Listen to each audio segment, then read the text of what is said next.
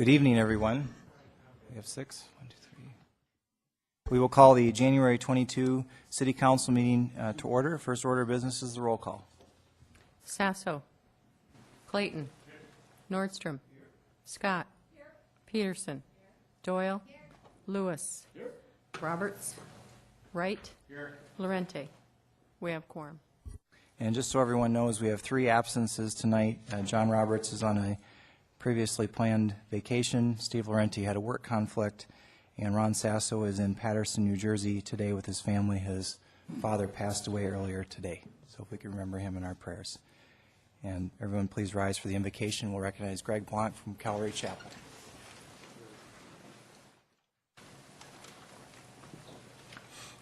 Grateful to be here with you again tonight. And before we pray, just want to thank you on behalf of the church community for your service and for your dedication and your sacrifice and your commitment. It doesn't go unnoticed. And we also appreciate the opportunity to pray for you and just having a vested interest in our city. As the mayor said, he had mentioned to me earlier about Ron Sasso not being here, so I want to remember his family tonight as well. So with that, let's pray. Father, we open this meeting inviting your presence here. Let your grace and your peace be evident. We're thankful that you love the people of Rapid City and want what's best for them. As a community, we're grateful to the men and women you have allowed to govern us. Give them wisdom as they bear the privilege and responsibility to lead the people of Rapid City, knowing their decisions impact many, many people. Please bless Mayor Quaker and the city council members and the police and fire chiefs, the other officials here and their families as they serve the citizens of Rapid City. Amen. Flag of the United States of America and to the republic for which it stands, one nation, under God, indivisible, with liberty and justice for all.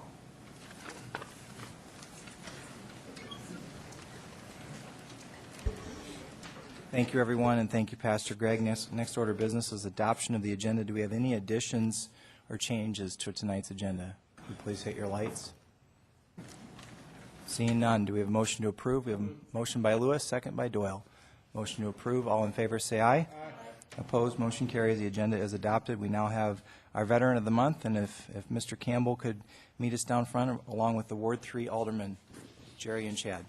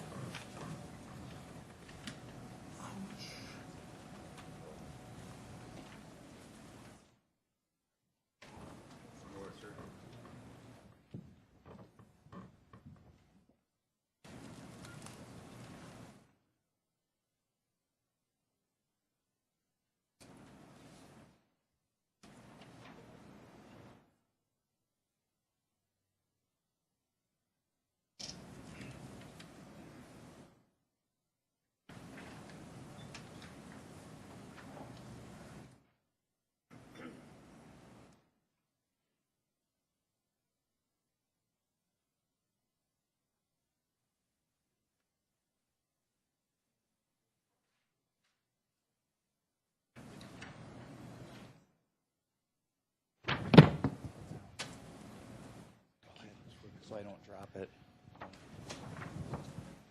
In partnership with the Veterans Coordination Commission, we are very pleased to present the January 2013 Veteran of the Month recognition to Mr. Ola Campbell, a distinguished World War II veteran.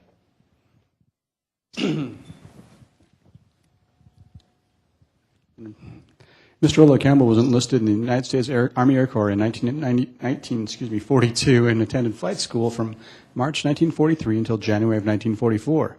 He was commissioned as a second lieutenant and deployed to Europe and flew a B-24 heavy bomber for the 15th Army Air Corps, the 454th Bombardment Group, and the 738th Squadron. Lieutenant Campbell participated in bomb raids over enemy-occupied territories in the countries of Romania, Yugoslavia, Hungary, and Austria. He and his fellow airmen of the 15th Air Corps decimated the Reich's ability to conduct offensive operations in the southern part of Europe and contributed to the defeat of the Nazi Germans.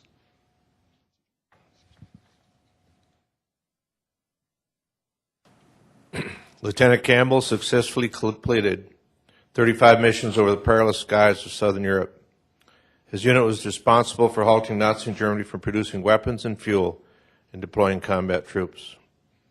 These missions include strikes against Third Reich aircraft and tank factories in southern Europe, the critical Polosti oil field, and synthetic oil production refineries, as well as German troops staging for combat missions against our allied forces.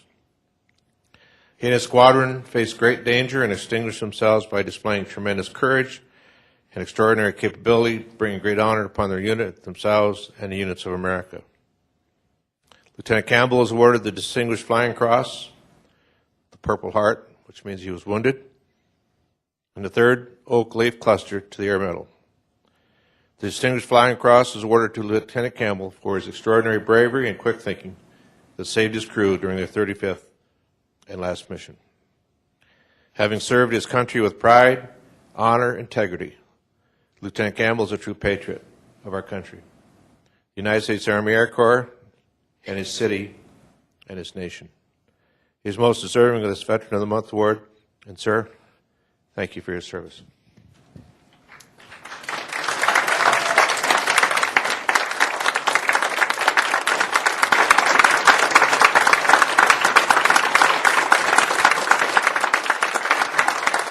Like to say anything?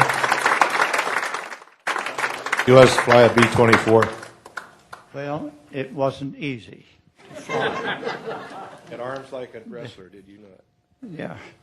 As I recall, it was the difference between driving a tractor of 75 horse and then taking off with a 4-engine bomber that generated up to 4,800 horsepower.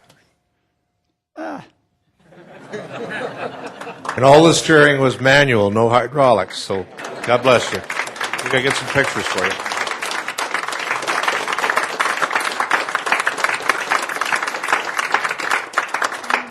I also want to take a moment to say thank you to all those that made this award possible tonight. I want to recognize a friend of our community, Gail Holbrook, a former county commissioner and city council member, and a good friend of mine and a good friend of Mr. Campbell's. Thank you for your help with this, and also to Chan Suk and Jeff Holbrook for their assistance in this award as well.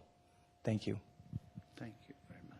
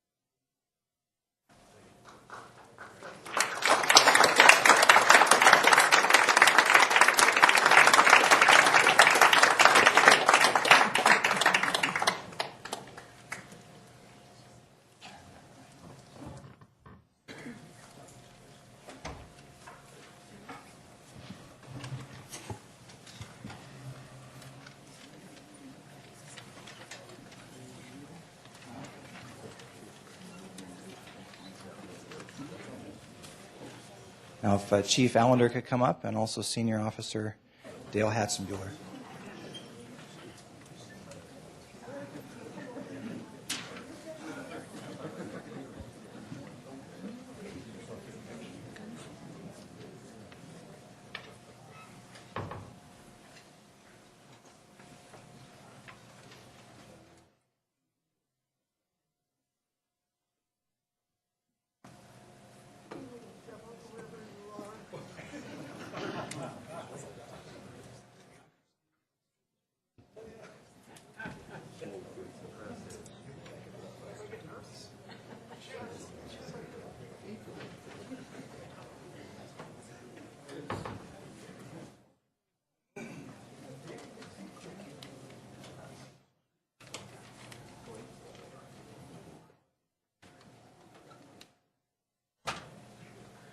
Well, I have the pleasure of introducing to you Dale Hatzenbuehler, who has recently retired from the Rapid City Police Department after 23 years. And come to think of it, some of you might have already met him because he worked in our traffic division for a long time and handed out speeding tickets all day long. But Dale came to us from Safeway as a meat cutter, and so we like that diversity in our policemen, just in case we run into a side of beef that needs to be cut. But he worked as a school liaison officer, worked as a traffic officer, and he's been a firearms instructor for as long as I can remember, and a firearms armorer. And he's just been a great hand to have around for 23 years. And he's going now for retirement, quote unquote, which means he's going to take another job, a different job. And we wish him the best. And Dale, thank you for all your service. Thank you.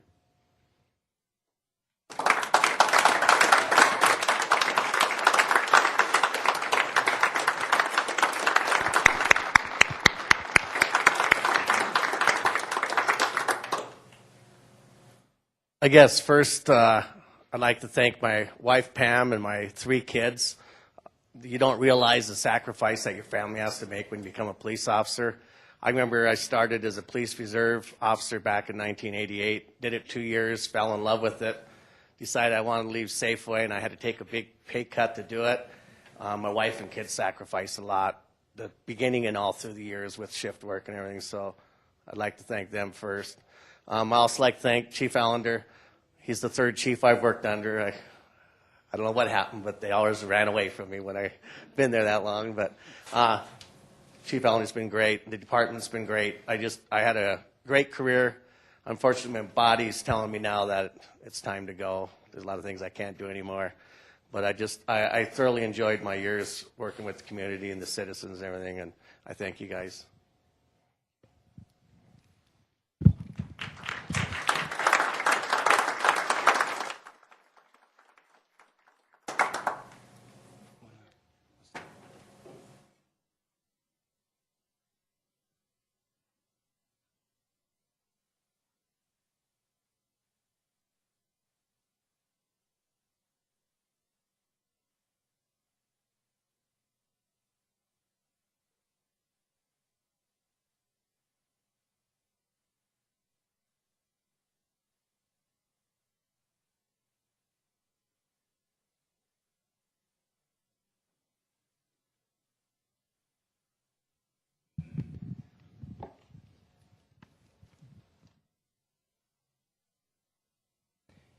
And if Lieutenant Tim Weaver from our fire department could come up, presenting an award to Dave Widensee and the Woodridge Homeowners Association. So if they could come up as well.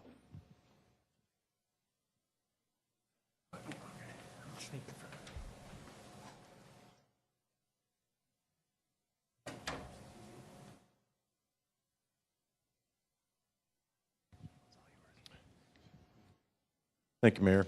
We're up here again to present another award to another community in Rapid City that has made the decision to become fire resistant as a community as a whole. And so we hope this is number 2 in the city, number 2 of many to come. Woodridge has shown a lot of commitment over the past year or so. They've done some extensive work on doing some fuel mitigation in their subdivision as a whole, and we've got a lot of great projects coming up this year still, and so we want to just recognize them tonight for making sure that they're doing their part in Rapid City to help reduce the large wildland-urban interface fire threat we have in the city. Andy Tate from the South Dakota Division of Wildland Fire Suppression is our Firewise State Liaison, and he's going to present the award now. There's not much else to add after that good review of their hard work, but this is one of the quickest ones I've seen go through, which just speaks to their hard work and dedication to make this achievement possible for this community.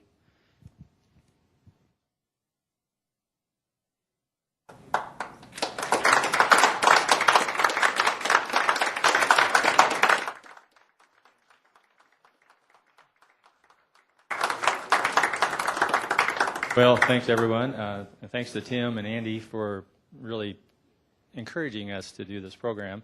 And I'd like to also thank the city for contributing a little bit of the funds to help us remove some of our dangerous wood and things like that. Because it hadn't been done for a long time. That area has been pretty wild up there. So just like to thank everybody. And I do encourage all other developments to get into the program, and it's a very valuable thing to do. Great. Oh, okay. Thank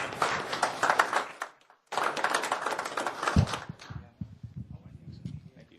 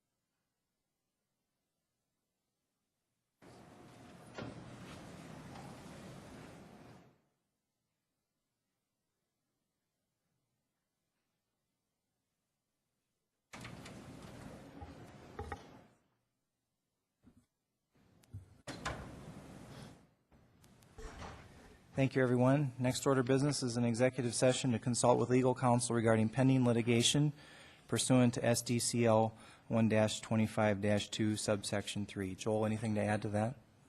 No, Mayor. It shouldn't take very long, and I don't expect any action afterwards. We have a motion. So moved. Second. Motion by Doyle, second by Peterson. Any discussion? Seeing none. All in favor, say aye. Aye. Opposed? Motion carries.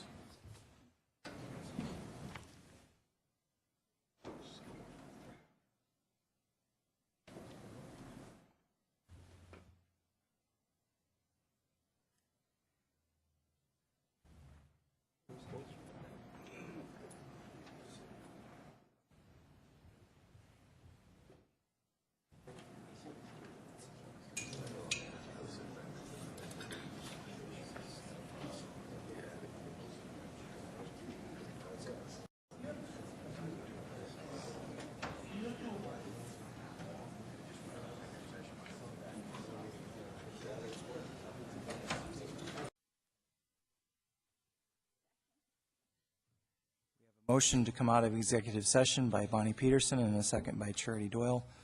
All in favor say aye. Aye. Opposed, motion carries. There's no direction at this time. Next item is on general public comment. This is a time for members of the public to discuss or express concerns to the council on any issue not on the agenda. Action will not be taken at the meeting on any issue not on the agenda except by placement on the agenda by a unanimous vote of the council members present. We will first go to David Asbridge. Mr. Asbridge.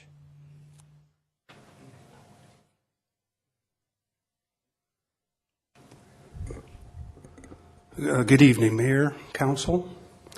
First of all, I appreciate the opportunity to rise tonight and speak in regards to action that was taken January 7th, which was the second reading that you had for eliminating certain boards and committees from City Hall.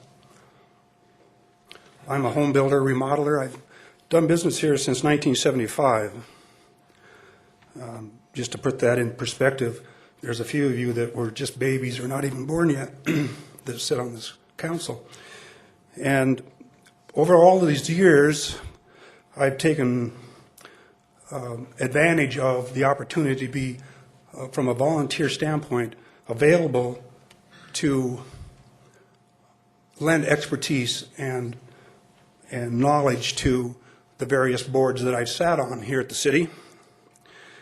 And there's been a number that I have. And I believe that there is good reason for the council and the mayor to reconsider at least one board that was, I call it, excommunicated on January 7th. I sat on the Rapid City Residential Contractors Licensing Board.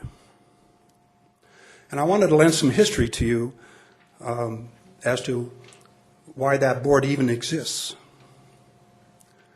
In the late 80s and early 90s, there was a movement throughout the state by various home builders associations to go to Pierre and ask the state to enact legislation and put in place South Dakota contractors licensing.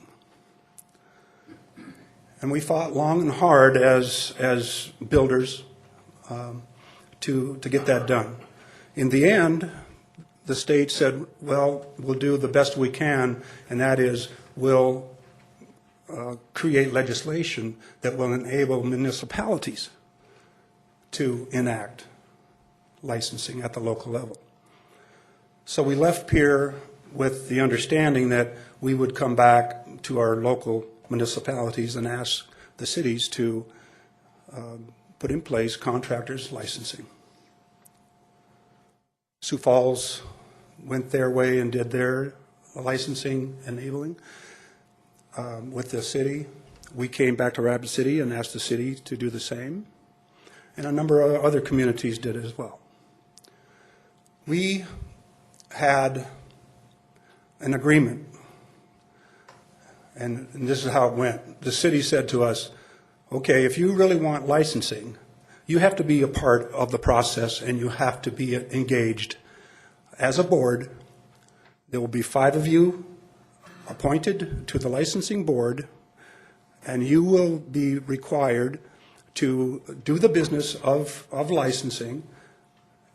The city will administer it, collect the fees, and that's how we ended up with contractors licensing. David, if you could wrap up your comments. One of the options is we could take this to Public Works for further discussion, or with unanimous consent of the council, add it to the agenda for further discussion tonight. That would be great, Mayor. I would appreciate that, because, and there's a couple of things I would like to just mention. Just because I believe that the reason I'm standing here tonight. We have a motion to add this to the agenda, so if we could hold off, Dave, that would be great. We have a motion by Lewis and a second by Nordstrom to add this to the agenda. This does take unanimous vote. We will put this under items from council members. We'll make it item 63, 62, or okay. We'll make it item 63, and we'll move item 63 to 63A. We have a motion. All in favor, say aye. Aye. Opposed? Motion carries. This item is added. Thank you. We'll be discussing I have an this tonight. opportunity to speak. You will. Thank you. Yeah.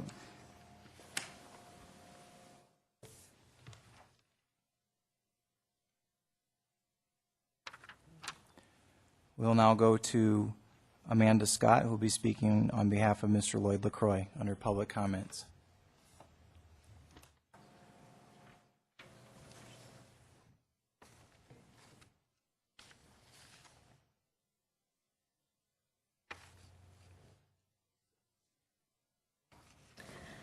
Hi, my name is Amanda Scott. I'm speaking at this time for Mr. Lloyd LaCroix. He was unable to attend this evening, but he sent communication late this afternoon, and I'm honored to read it in for him because he is a resident of Ward 4. So Mr. Lloyd LaCroix, 1128 Alma Street, Ward 4, Rapid City. Mr. LaCroix writes, I am unable to attend the meeting tonight because of commitments to training production crews. I want to express my disappointment with you on this situation of the racist comments from Mr. Clayton. I have experienced racist remarks from people, some as humor, some from people just not knowing any different. But Mr. Clayton's remarks are neither. They were meant to be hurtful and forceful to make a person back down or belittle them. If I could attend the meeting, I would ask Mr. Clayton to step down from his position. And I would tell the council group and the community that words are like a knife. Once you inflict the wound and pull out, there is still a hole there, no matter how sorry you are afterwards. It is going to take time, a lot of time, for this community to heal from this wound. Again, I was reading this for the record for Mr. Lloyd LaCroix. Thank you. Thank you, Amanda. And we have one more, looks like we have one more request under general comment, and that's from Julie Fry. Julie?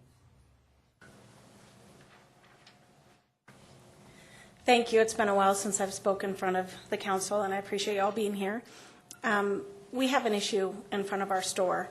We have contractors that need to be loaded, and they will back into their parking spot, and it's happened, I don't know how many times it's happened, but a few times they've let us know they're getting parking tickets for backing into a spot, and we couldn't understand that, so we'd ask one of the meter maids, and we'd call the city. We said, why are they getting parking tickets? It doesn't make sense. They're in their lines. They're backed in fine. We need to load them. They said, well, you can't back into a spot without your flashers on. We've been down there. It'll be 30 years this October. We'd never heard this before, ever. And, I mean, there's a lot of important things, but I guess I don't think flashers when you're backed into a spot is a big deal. Maybe I'm wrong, but I called the city, and the city said, well, it's because when you're pulling out against traffic, so it's harder to see or something. And I thought, well, no, that can't be true, because when you back up, you've got a blind spot, so it's harder to back up. But I'm just wondering if there's anything you can do to help us, because now that we no longer have the dock in the back, we have the one single dock, but we've lost the big dock. And we load carpet installers, any kind of flooring installer, painters. The one part that really bothered us is we had some customers that came from Wyoming, so they had Wyoming license plates on, putting up a business downtown Spearfish, drives to downtown Rapid City to buy a lot of paint, and they were rewarded with a ticket because they'd backed in. Now, since the city has taken away that turning lane that was when you go on 6th Street, and then there used to be a turning lane, you know what I'm talking about, but now that they've taken those out and added wider sidewalks and benches and trees, we've lost that turning lane. And actually, it was safer for us, because with that turning lane, if you had to load somebody up from the back, if they'd have the big cart with 3 5-gallon buckets or something on it, they could go down the curb and go around to the back, whereas traffic could go around in the turning lane and miss them. But it's even more dangerous now to load them because there's not that extra lane. Does that make sense? So we would like to know if you can, I guess, waive the ordinance. If there's an ordinance for flashers, I mean, how many people know that you have to have a flasher on? I can see it if we do have a loading zone, and you have to have flashers on for there, and that's only 30 minutes, but it's at the end by the alley, and we do appreciate the fact we got that. But it's for everybody to use. But you can't really walk everything down to the end of the alley and load it up, if that's even an available spot. It's very convenient when they can back in and we can load them up. But if we could be a little bit more kind to the customers that are coming downtown and not punishing them or rewarding them with a ticket, that would be great. Thank you. Thank you, Julie. I would like to ask for a motion to take this to next week's Public Works meeting. And if Terry, if you and Police Chief could work together on a recommendation and bring that for discussion next week. Everyone okay with that? All in favor, say aye. Aye. Opposed? Motion carries. Jerry? Well, there might be, but we'll get a report at committee. Okay. I do not have any more general public comment forms. Did I miss anyone? Okay, seeing none, we'll go ahead and move on to items 4 through 57. Do we have a motion to open public comment? Motion by Doyle, second by Lewis. All in favor say aye. Aye. Opposed, motion carries.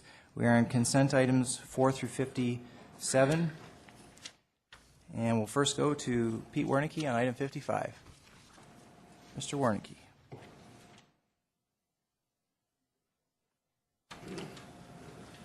Thank you, Mr. Mayor. Pete Wernicke, 4127 Pleasant Drive, Chairman, Compass Committee.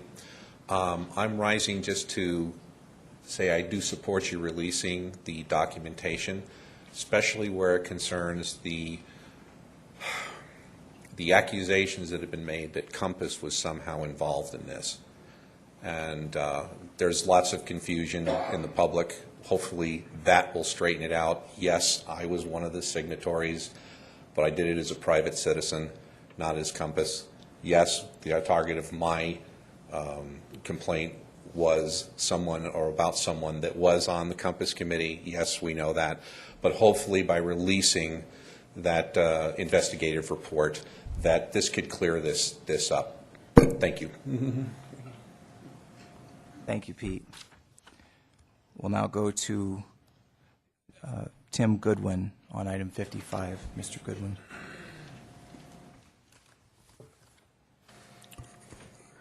My name's Tim Goodwin. I live at 12870 J Pine Road, Rapid City, South Dakota. I'm a retired Lieutenant Colonel from the United States Army. I'm here to speak generally on item number 55, but have some additional related comments. I support releasing the investigation report on Alderman Clayton. People of Rapid City deserve to finally know the truth of the allegations made against him. I attended the special council meeting on December 20th in support of Alderman Clayton. I was also in attendance at the Wingnuts Luncheon August 28th, where he allegedly made derogatory comments about Alderwoman Doyle. I was seated directly across from Bill that day and had an unobstructed view of Bill, John Roberts, Bonnie Redden, Pete Wernicke, and Janet Smith. I can tell you Bill made no comments that could be considered derogatory. He never mentioned Doyle by name. He did not put his finger to his head. He did not say she was unfit for office, nor did he say anything about driving her from office. As a matter of fact, he encouraged the people there to be more involved in their city government by asking questions. I have seen the complaint lodged by Pete Wernicke and his friends, and they are absolutely untrue. When the investigation report is released, everyone needs to carefully consider that over 2 hours of testimony and deliberation from the executive session will not be divulged to the public. This is the same information that ultimately led to the unanimous decision, and I quote, "Due process was followed and no further action necessary," unquote. Council President Bonnie Peterson has tried to explain away that verdict by saying, quote, "We did not have the votes." Had the vote been 5-3 as most anticipated, the verdict would have been no further action is possible. Remember, the verdict was no further action is necessary. I have to guess we in her statement includes the 4 council persons who spoke to the Journal off the record in violation of the code of conduct they are supposed to uphold. I hope those same 4 will identify themselves and share the information that led them to the unanimous decision of no further action necessary. If members of the city council she leads are raising their fingers to say which way the wind is blowing and then voting according to anything other than their conscience, then every vote she and the others cast from the dais should be suspect. Lastly, whatever was said between Alderman Clayton and the KOTA reporter happened in a telephone conversation. that the reporter initiated. Unfortunately, there are no witnesses who can weigh in on this issue. Only the two people engaged in that conversation know what was said. It boils down to he said, she said. I'm certain Alderman Clayton shared all the details of that conversation in executive session, which again resulted in unanimous finding of no further action necessary. The people of Rapid City are not stupid. Many of them are watching you fully and grasp the witch hunt aspect of these allegations designed to silence Alderman Clayton, similar to what they tried to do to Alderman Quaker a couple years ago. Mr. Goodwin, if you could wrap up your comments, please. Yes, I will. Thus far, your tactical operation has failed. Whoever decided to give this issue new life and start an embroiled fiasco that only serves to enrage the people of Rapid City should be removed from the council. Mr. Goodwin. Let's start with the four who violated the conduct by sharing information off the record with the Journal. Thank you. We will now go to Mr. Ed Randazzo, item 55.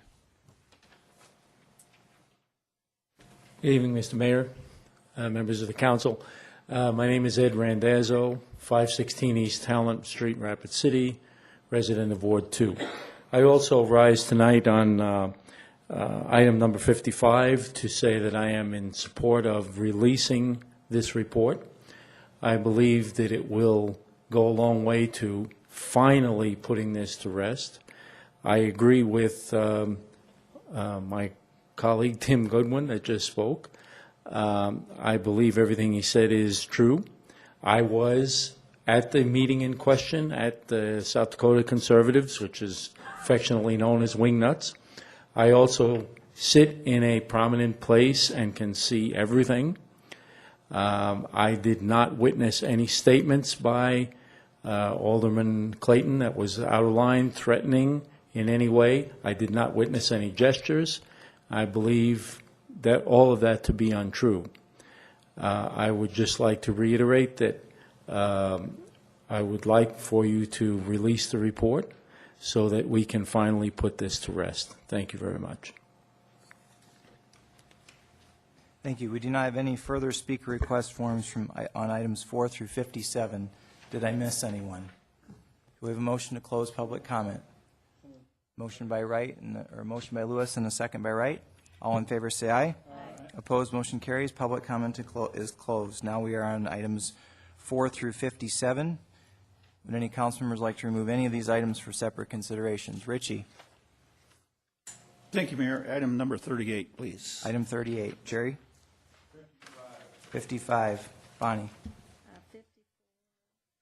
54.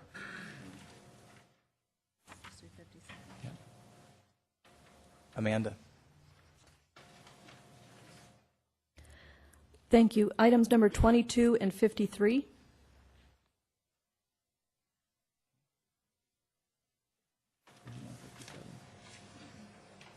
Okay, so far we have 22, 38, 53, 54, and 55. Okay. Charity's requested 57. Anybody else? Jerry, you still have your light on? No? Okay. All right, do we have a motion to approve the balance of consent 4 through 57 with the exception of 22, 38, 53, 54, 55, and 57? Motion by Lewis, second by Wright. All in favor say aye. Aye. Opposed, motion carries. Item number 22. We'll go to our Public Works Chairman, Jerry Wright. Jerry?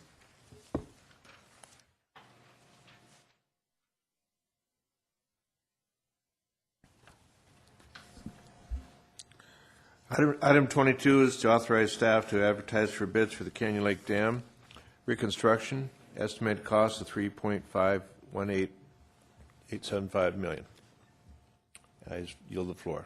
Okay. Floor has been yielded. Any discussion? We'll go to Amanda. Thank you. I make a motion to approve, and I'd like to retain the floor. Second. We have a motion by Scott and a second by Lewis, and you have the floor. Thank you. If you watch the Public Works meeting, there was concern over the amount, and this is a rebid. It had already been out to bid once, and it came in over. I know when I watched the Public Works Committee and watching this, nothing was really said as far as what the expected outcome for sending it back out for bids. There was some discussion at Public Works about finding an alternate revenue source in case it comes in overbid again. I just want the public to be aware that the anticipation is that this project will not come in overbid.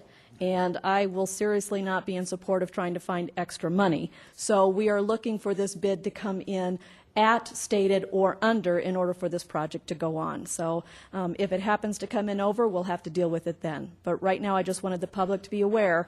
There was some discussion of trying to find an alternate source. We're not ready to cross that bridge yet. No pun intended. Thank you. And we'll go to Richie Nordstrom. Thank you, Mayor. I was at the Public Works Committee meeting, and the local print media came out with a strong emphasis on or else. And with that committee meeting, we did not hear the or else, or be sorry for some consequences. So I just wanted to make sure the public understood that it is a project that's underway, and we are looking for some funding sources on it. And the or else part of it, it has to do with the perception that the dam is imminent to fail, which is not correct at all. So I just wanted to make sure the public understood this is not pass this or be sorry effect, and that's not what I was hearing from our Public Works Director. Thank you. Thank you, Richie. And we'll go to our Public Works Director, Terry Waltersdorf. Terry, could you take a moment to just to explain to the council and to the community why it is that you think the bids might come in a little bit lower this time and what has changed since round one? Yeah, two major items. Oh, thank you, Mayor. One will be hopefully the bidding climate and the time schedule. If you recall, last year we bid it pretty much in the middle of summer,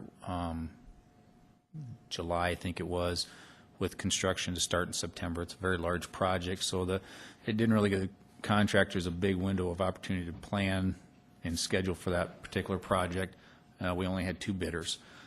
So hopefully by bidding this time of year, again, the construction schedule will be very similar, identical to what we had planned last time, only a year later. So although we're going to open bids and assuming that we award the project, construction would not begin until September of 2013.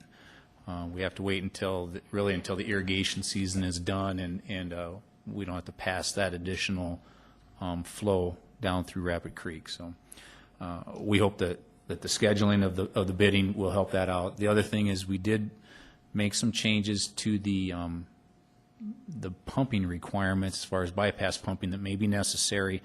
In the original bid, we had put some quantities in there that were, in our opinion, kind of above and beyond normal expected flows. We really put the risk back on the contractor as opposed to the city taking some of that risk. And by doing that, we were guaranteed to have to pay for that bypass pumping. So we reduced some of that risk on the contractor.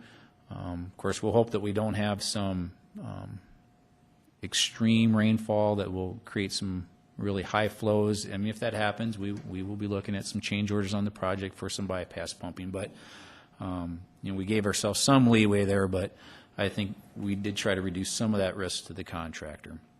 And so we hope that those 2 things will drive those costs down substantially. Thank you, Terry. Any further questions or discussion or a motion, please? We do have a motion. Any further discussion? All in favor say aye. Aye. Opposed, motion carries. We are now on item number 38. Jerry. Item 38 is to approve the city center wayfinding sign package and request the mayor to authorize staff to review and issue appropriate permits as necessary. And I yield the floor. Motion by Doyle, second by Lewis. Any discussion? Richie Nordstrom. Richie? Thank you, Mayor. I just wanted to emphasize to the public, and Dana, you're certainly welcome to jump in here if you'd like, but I just wanted to emphasize to the public once again that Destination Rapid City is the backbone of this effort, that it will not be a cost to the taxpayers or any way, shape, or form that the citizens are going to see increase on their taxes because of this project. So I just wanted to applaud Destination Rapid City for their efforts and hard work, and the Mark Jobman, is that correct? Yep. And for his assistance on the design and everything. I had an opportunity to introduce this afternoon to the Journey Museum, and they're highly excited about getting on board with this as well. So I appreciate everybody's hard work and effort that they're doing on this project. Please continue. Thank you, Richie. And if I could offer just a point of clarification, is that there will be some limited expense on the part of the taxpayers in the sign shop to update some of the signs that are associated with the other signage that Destination Rapid City will be putting up. So, for example, some of the driveways to the city parking lots will be updating that signage as well, and that will have some limited expense to the taxpayers, but that's something that we needed to do anyway. So, any further discussion? Chad Lewis. Thank you, Mr. Mayor. Since Richie brought it up, I just want to point out, I saw on the 2 cents part of the paper today, someone was talking about wasting our money on the sculptures down at the Main Street Square, and once again pointing out to the taxpayers, for the record, that's not costing us anything either. Destination Rapid City is taking care of that. So just make sure everybody understands that's not $2 million coming out of your tax dollars, that's private donations. Just want to make sure that's clarified. Thank you. Any further discussion? The motion is for approval on item 38. All in favor say aye. Aye. Opposed? Motion carries. Item 53. Amanda.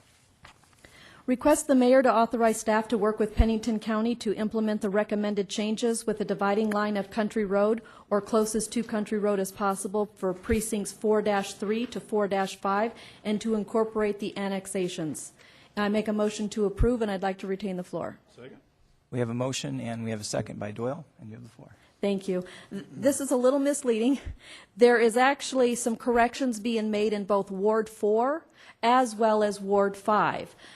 This request is to have city staff work with Pennington County to incorporate those changes. We did have staff from Pennington County over to describe the changes that we're going to be looking at. And basically what it is that there were some voters in Ward 4 that had to go past one polling place in order to actually vote at another polling place. So the actual number of voters is not being changed within the ward, they're just being reshaped in the precincts of Ward 4. And just wanted that clarification that it's Ward 4 and Ward 5. And I know the citizens brought this forward, and again, we like to hear from the citizens when there are concerns, because that's the way that we become aware of them. Thank you. Any further discussion? All in favor say aye. Aye. Opposed? Motion carries. 54. Amanda. Require that alderpersons be advised of the travel expense policy upon election to the council, including the reimbursement policies regarding alderman attendance at local socials and alderman attendance for the mayor at out-of-area functions, and to recommend that council leadership conduct a quarterly review of the travel billings. I make a motion to approve. Okay, we have a motion for approval and a second by Lewis. Would you still like the floor?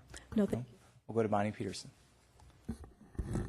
Thank you. I'd like to make I believe, an amendment to this motion, and that would be that to remove the last part about the leadership reviewing the travel bills quarterly. Since we made that, can I get a second? And do we have a second to the amendment? Okay. After I'd made this motion in Legal and Finance, came to my attention that council leadership already is supposed to be approving some under $150 expenses, and I was not aware of that at the time. So I think that we already have something in place that will take care of this. We just need to make sure we're doing it. If there's no objection, if we could just consider the amendment as a friendly amendment, then we can avoid an extra vote. Is that okay with the motion maker? I accept that. Okay, and it's okay with the seconder? All right, any further discussion? Everyone understands the motion? All in favor say aye. Aye. Opposed, motion carries. 55, Amanda. To approve the release of the investigative report of city aldermen And I'd like to make the motion that the report be released without redacting the names. Second. Okay, we have a motion by Amanda Scott and a second by Jerry Wright to release the report in its entirety. Correct. Any further discussion? We'll go to Jerry. In its entirety. Any further discussion? Seeing none. All in favor, say aye. Aye. Opposed? Motion carries, and we have, I believe, 2 abstentions. Do we have? Let's do a roll call. We need to get the abstentions on the record. Clayton. Nordstrom. Scott. Peterson. Doyle. Lewis. Wright. Motion carries with 1 abstention. Okay. We have passed the time on this item. We're going to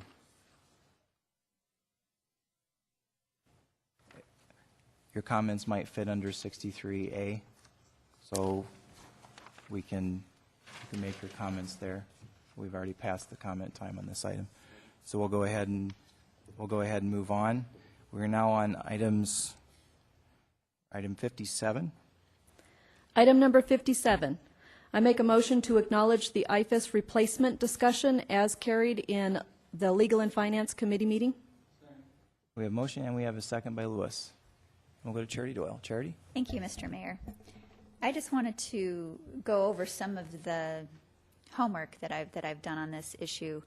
I know we've been hearing about the need for this replacement since as long as I've been on the council, which is just over a year and a half. And the words used to describe what we're currently using across the board is archaic. Archaic is pretty old. So doing a little bit of extra digging, it turns out we have almost 0 contingency plans for the software and everything, the functions that we need. Of course, we have over 700 employees that depend upon getting their paychecks in a timely fashion should something happen. We have no built-in contingency plan for anything like that. We do everything manually, from entering time cards manually to entering W-2 data manually. We should be automated by now. When I talk to people in this industry about when this software transition should have been implemented, it's always a year and a half ago was kind of the deadline. We're hitting the wall with it now. And my next question, of course, well, why wasn't it implemented a year and a half ago? And a lot of answers come up. One of them is that the new budget process took precedence over getting that. And I don't know if that's true or not, but I hope that we can have a more fluid process moving forward so that we get this thing taken care of. I don't know how it's going to get fully funded at this point, but I know, and I want to commend Pauline Sumption and Jeff Barbier for taking the lead on getting this finally done. I believe the RFP is available online at this point, and hopefully they'll come back in a timely fashion and we'll get what we need so that we can get brought into the 21st century. So I appreciate your hard work. I know trying to do as much of it in-house to save costs as you could proved to be more tedious probably than you thought, but we do appreciate it, and thank you for picking up the ball and getting it done. Thank you, Charity, for the comments, and I would like to add in that this is, I agree, a very important project for our city, and this has been on our radar screen for a long time.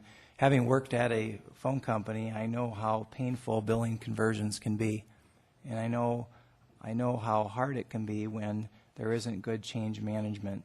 And so we have had a tremendous effort on the part of our city finance officer and our department heads, because this really does involve all of the departments in some way or another to affect this change and to put together a good RFP. And not only that, to figure out how this is going to be maintained and managed going forward.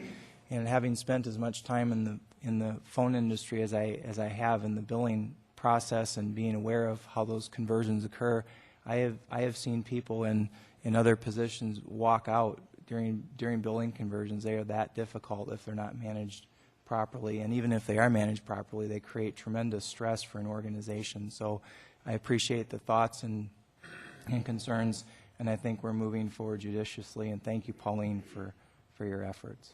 Any further discussion? The motion is to acknowledge. All in favor say aye. Aye. Opposed? Motion carries. We are now on items 58 through 63, and we have a motion to open public comment. Motion by Doyle, second by Lewis. All in favor say aye. Opposed? Motion carries. We first have comment on item 61. We'll go to Dr. Robert Preston. Dr. Preston.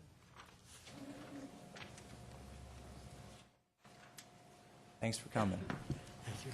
Mr. Mayor, and Richie, and Bonnie, and Jerry, and the rest of the council. I don't know you guys, so I just had to say that. My name is Dr. Robert Preston, and I opened Rapid Care Medical Center 23 years ago, and I have a competitor opening up on Haynes Avenue, less than a block away, and I'm the only one that has a competitor that close. And I'm speaking about the Knollwood and Haynes Avenue intersection. I agree that the one is unquestionable. There's a lot of accidents down there, and I know that's true. We've actually witnessed some. But my concern is with number 4, and that's that the first thing, it's going to cost the city a lot of money, at least $1.6 million, and that's to complete the project, and it also costs at least $190,000 to start it. And I think that's going to just funnel people past my competitor, not meaning to. I'm sure nobody's going to do that to be malicious, but I think it's going to happen that. So I support option 2, and with a left hand with a U-turn at the light under the interstate bridge, and or 3 would be the geometric one, and there's a guy I know of people who've made the left-hand turns or U-turns there. So I think option 4 would be terribly expensive. So they have any questions for you guys? All right, thank you. You can when we get to that item. And I'd like to go back to David Asbridge. I'd like to give you an opportunity to finish your comments since we have officially added this item to the agenda.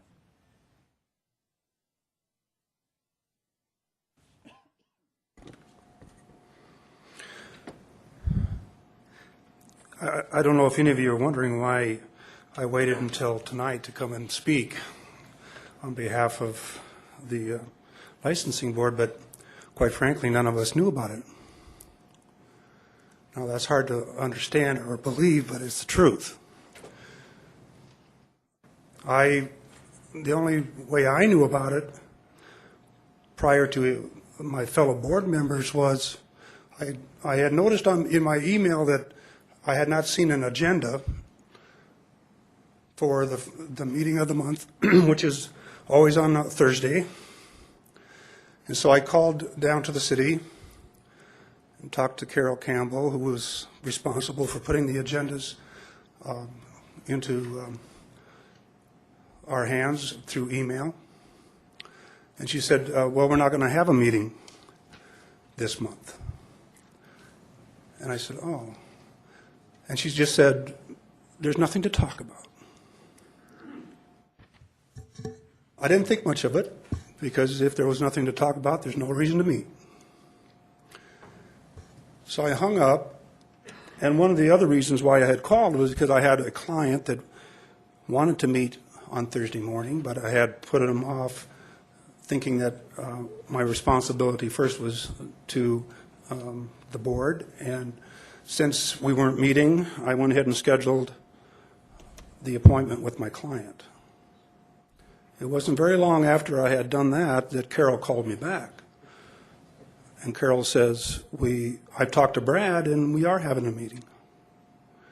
And I said, well, you'll just have to excuse me because I can't undo what I've just done with my client, so I'll be absent. We hung up.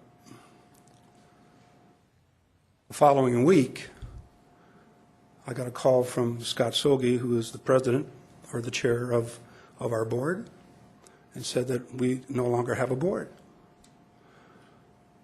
At that meeting, Brad informed the attending members that there would not be any future meetings of the board, that we were disbanded. So since then, Mayor, I've watched the proceedings on television a couple of times. And in that meeting, when you were, when that second reading was on the table for discussion and adoption, you specifically asked Brett if he had, or what, if he had majority buy-in or a reasonable amount of buy-in from all of the different boards or committees. He said yes. And then Brett also said that he had talked to all of the boards. That's not true. Not a one of us, not five of us, knew about what was coming down. And I understand that it's, you know, it was an oversight. It had to be an oversight. I can't believe anybody would intentionally not tell us, or at least communicate with us, that our board was being disbanded. And we would have had the opportunity to be part of your process. And David, we'll come back to you in just a minute. I'm sure there'll be some questions from the council members when we get to that item. Great. That's okay. Thank you, Mayor. Thank you very much. We have one final speaker request form in this section, and that's on item 66 from Mitch Morris. Mr. Morris, item 66.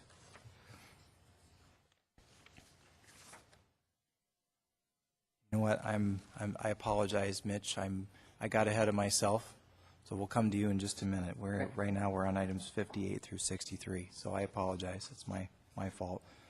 We do not have any further speaker request forms on these items 58 through 63. Do we have a motion to close public comment? We have a motion by Lewis and a second by Doyle. All in favor say aye. Aye. Opposed? Motion carries. Public comment is now closed. We are on item number 58. Amanda? First reading, ordinance 5907, supplemental appropriation number 1 for 2013. I make a motion to approve. We have a motion by Amanda Scott and a second by Chad Lewis. Any discussion? Seeing none, all in favor say aye. Aye. Opposed? Motion carries. Item 59.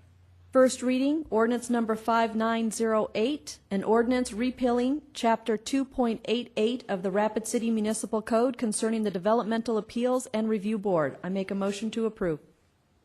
We have a motion by Amanda and a second by Chad Lewis. And Brett, can you confirm that the board has been notified? Brett? Yes. Okay. Can you confirm the board has been notified? Yes, the board has been notified. Okay. Any further discussion? All in favor of first reading, please say aye. Aye.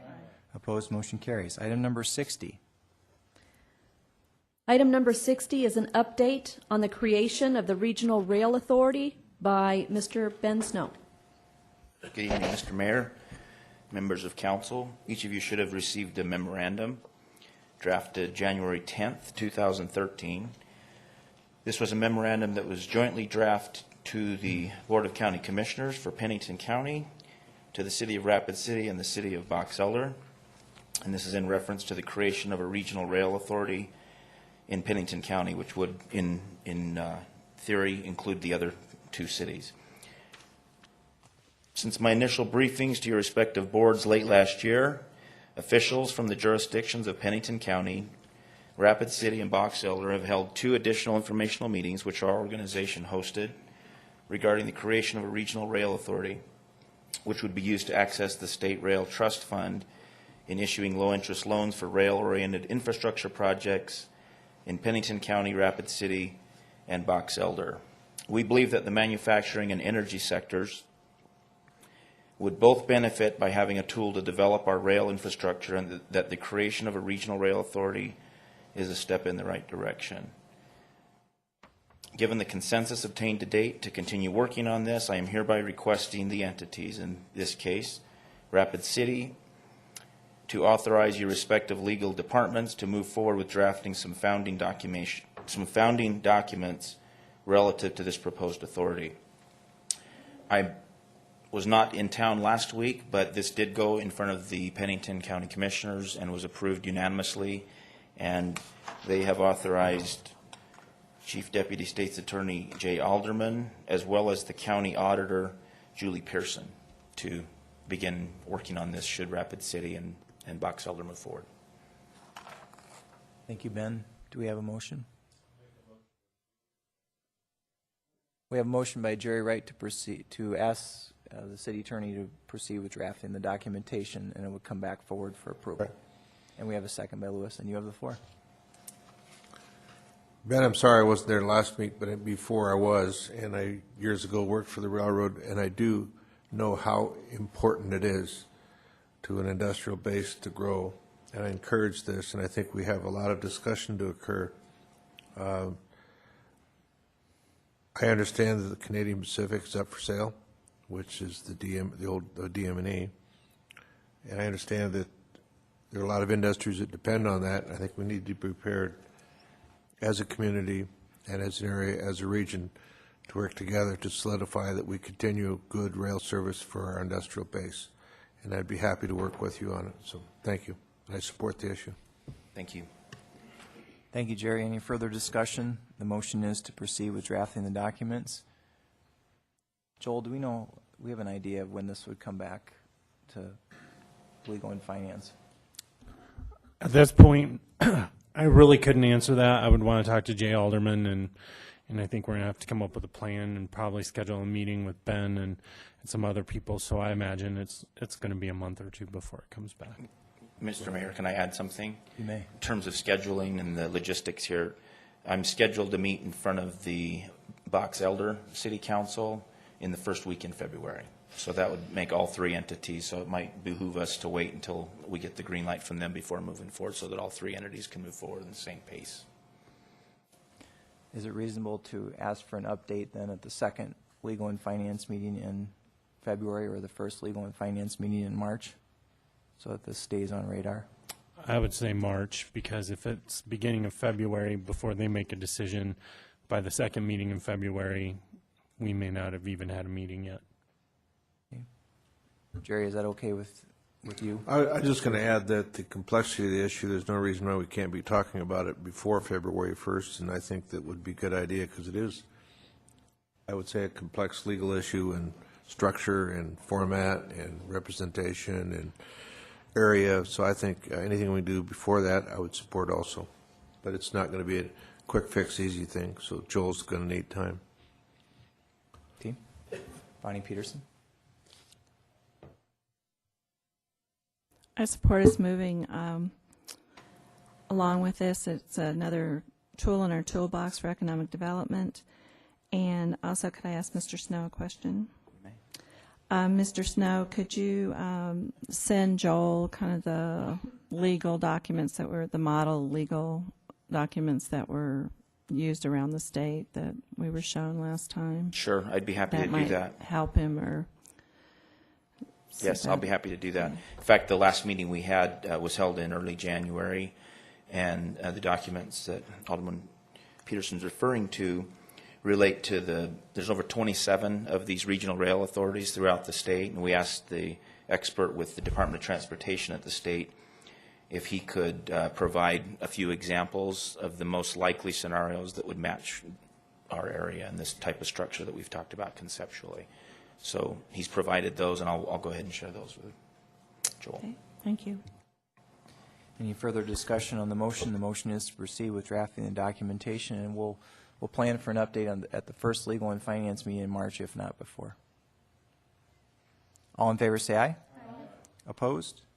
Motion carries. Item 61. Jerry.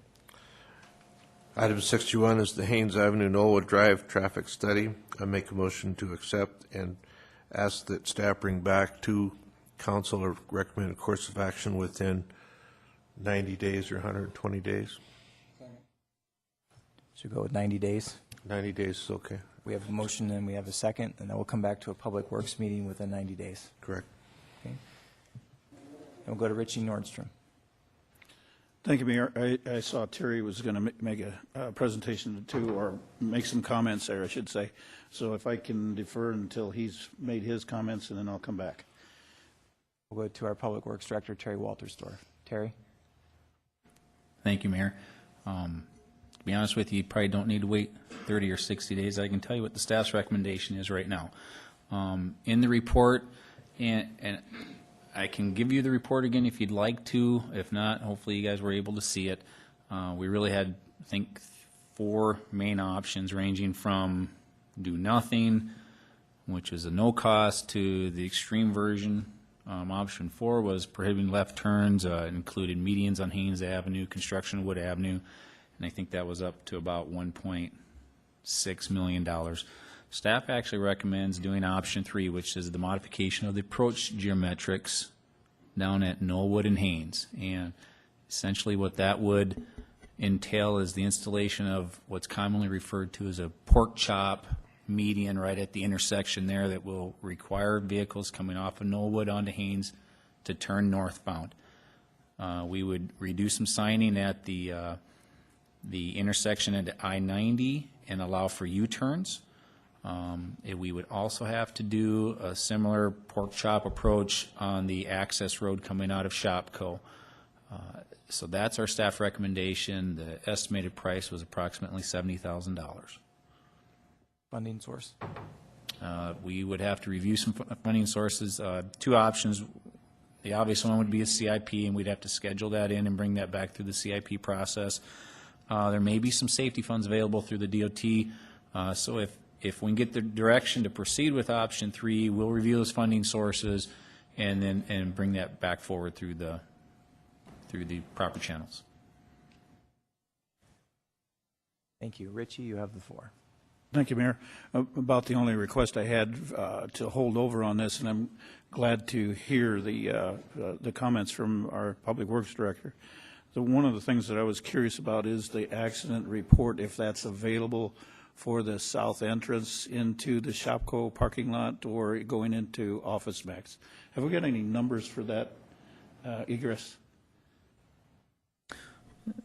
Yeah, thank you, Richie. I'm sure that the crash history report that we have has got the detailed information. I have personally not reviewed that, but we can certainly get that information. I'm sure John Less has reviewed it.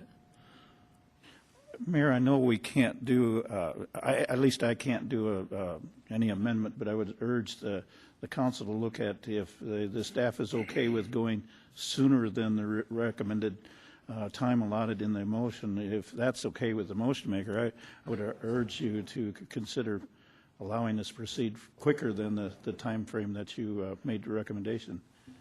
If I may. Bob, is that okay with you? Item 3 was, motion 3 was yours. You're okay with that? I was not aware of this course of action because I had to leave that meeting. I would certainly support that. If you can come back, let's say in 90 days with the recommended funding and everything else, that'd still fit, right? Only we'll go with course 3, or sooner if you got it. Within 90 days, if you come back with the funding and so forth, do it. My thought would be if we can get the direction to proceed with with option 3, then we will come forward with the funding request through whatever appropriate channel that is. Would you like to change your motion? That's okay with me. Do it that way. You bet. That's okay with the seconder? The motion, is that okay with the seconder? Who was the seconder? It was Chad Lewis? Okay, that's okay. All right, so the motion is now would have direction to proceed and then bring back the funding source as soon as you have it. We'll go to Amanda Scott. Thank you, Mayor. May I address some questions at Terry? You may. Thank you. Terry, if the staff's recommendation to proceed with option number 3, I know during the Public Works Committee meeting, there was some discussion about proceeding with option 2, and then if needed, they would go on to option 3 or 4. If we go with staff's recommendation of option number 3, is this a permanent final solution, or do you see that it may have to be modified in the future? Thank you, Mayor. There may be some modifications necessary in the future. We'll certainly, if we proceed with this option, we'll install it, and we will certainly continue to watch that corridor. Obviously, it's a heavy traffic, It was number one on the crash reports that we looked at. So we'll continue to look at it. Our hopes would be that this one would at least take care of this major intersection problem that we have. If it continues to be a problem up there, we may have to look at some other options. The problem we had with option 2, which was just simply signing it, is that there's just low compliance with that. So we didn't feel like that was really going to solve the problem. So option 3 would also lend itself to fitting into the motif of option 4 if we have to go in the future to that?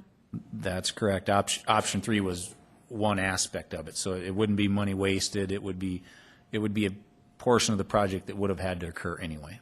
All right, and then one final question is as soon as the option number 3 is put into play, what's your rough estimation of giving this an evaluation before it's under reconsideration? 2 years, 3 years? I'm not going to hold your feet to the fire, but I would guess it would take a couple years realistically to really fully evaluate the usefulness of it. all right. Thank you for answering the questions. I yield the floor. Thank you. Seeing no further lights, all in favor say aye. Aye. Opposed, motion carries. Bids.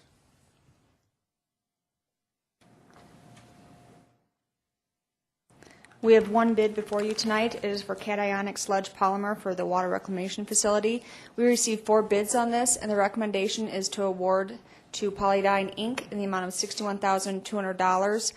I do want to point out that we actually are awarding it on a unit price of $1.02, so that way if additional units are needed, they're able to do that as well. We have a motion by Peterson and a second by Doyle to approve. Any further discussion? Seeing none, all in favor say aye. Aye. Opposed? Motion carries. We're now on, there's been a little bit of change to the agenda. We're going to go first to the Contractors Board item, which is now the new 63, and then in just a moment we'll go to 63A, which is which is Chad Lewis's item. So, Brad, I'd like to first go to you, if you don't mind, Brett Limbaugh, and if you could talk about the communication process and your perspective on this situation, and then we'll open the floor for discussion. Yeah. Brad Solon, the building official, and I met with each of the individual boards over the process of the last year to discuss the consolidation with them. Most of those I was in attendance. Brad had the individual meetings with the residential board about the consolidation. In fact, I wanted him to be here at the last meeting because I knew that question would come up. And when the question came up and we asked Brad, did you have that meeting, he confirmed that he did. I asked him again today, and he said on more than one occasion that they've had that discussion. So I don't really want to get into a disagreement about whether that discussion did or did not happen. I don't think that's terribly productive. What I would like to do is clarify the role of the past members of the boards. And I know there's some concern that they will not have input into adoption of the codes, and that's not true. The new consolidated board will do 2 things. And one of those is to hear appeals from the building official's decision if an applicant comes in and wants to do something that they believe is as good or better than the code. And generally they take that to the building official, and the building official, if he believes it's as good or better, they approve it. And it doesn't have to go to the board. When the building official disagrees with the applicant can appeal to this board, just as they would have in the past to each of the individual boards. So that's one of the powers that they have. The second power that this board will have is if the building official has to revoke a license that's been approved, then the applicant can take an appeal to this board and to try and get that license reinstated. When we passed the 2009 international codes last summer with the amendments, the licensing at that point had already been transferred to the building department. So the building department reviewed and approved the licenses. That isn't a part of this code. It had already happened. And the reason we did that is if I'm someone in the trades and I want to make application for a license, I want to be able to get that license that day or the next day. I don't want to have to wait for the board to convene in 15, 20, or 30 days to get my license. And it was agreed at that point that was the appropriate procedure, and so that's what's been happening since those codes were adopted. Any further discussion from council members or a motion to acknowledge or direction? Richie Nordstrom. Let me make a motion to acknowledge the report, and then if I get a second, I'd like to retain the floor for a moment. Do we have a second to acknowledge? We have a second by Lewis. Richie, you have the floor. Thank you, Mayor. I just have a couple of comments here, and in addition to what Mr. Asbridge has suggested to the full council here tonight. And I met with a gentleman here over, these three gentlemen here, let's see, Monday, I believe it was, when we had a conversation about it. And these three gentlemen expressed to me that they did not hear that comments about their board being dissolved in the in those meetings. And I went back and checked a few of the minutes. And Brett, just if you can give your staff kind of the wet noodle thrashing on this, because it doesn't show up in the minutes. And I believe, Brad, that he has told them, because I've sat in on other boards as a liaison member, but in this particular case here, it wasn't reflective in the minutes that your staff was in attendance. And I understand that. Anyway, if you've got some additional comments about that, I'd be willing to listen to that. Yeah, no, the minutes are a basic summary of what the discussions were, and I can go back and check whatever minutes you were researching and double check with the folks that were there, the person who was taking minutes, and if it was Brad, I can ask him what the discussion was. Certainly, Richie, you and I have been in many of these consolidation meetings and had that discussion with the boards, and those aren't pleasant discussions to have.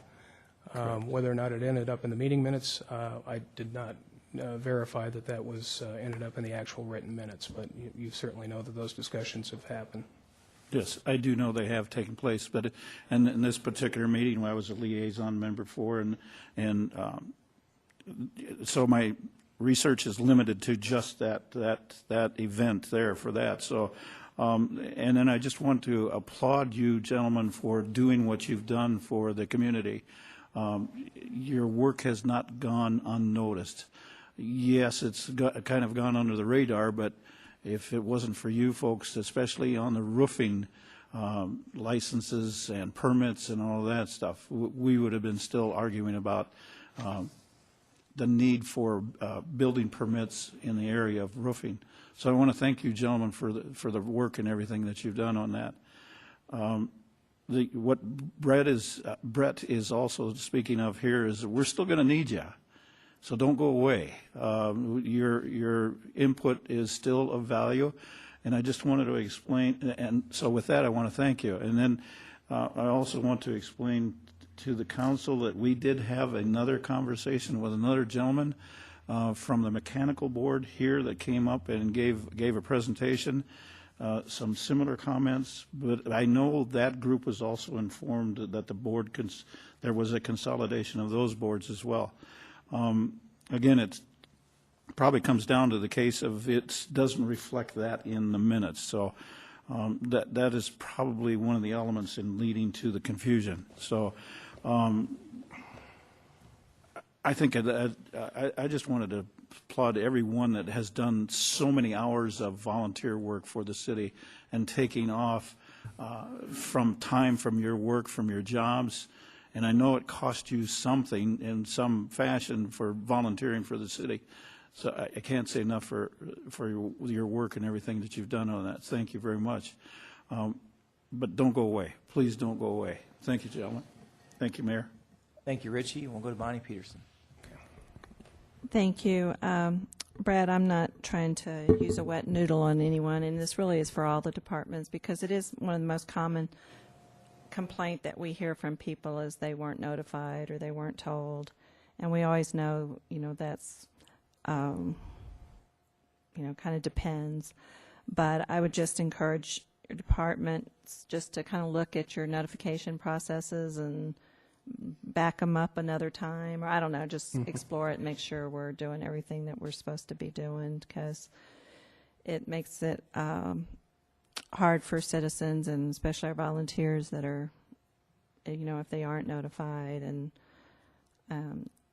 so anyway, just review what you're doing and see and all. But I think our city employees are wonderful and really work hard, so it's not a distraction. It's just maybe just double check. And the same about our volunteers too. Thank you. Chad Lewis. Thank you, Mr. Mayor. As a licensed contractor and person in the industry, I definitely appreciate the efforts these gentlemen have put forth throughout the years to make sure our industry is well regulated and taken care of and keeps the public safe as well as the contractor. But it looked like Mr. Ashbridge over here had something more he'd like to say. Would you have another thing you'd like to? Is that okay if I? Sure. I have no chance.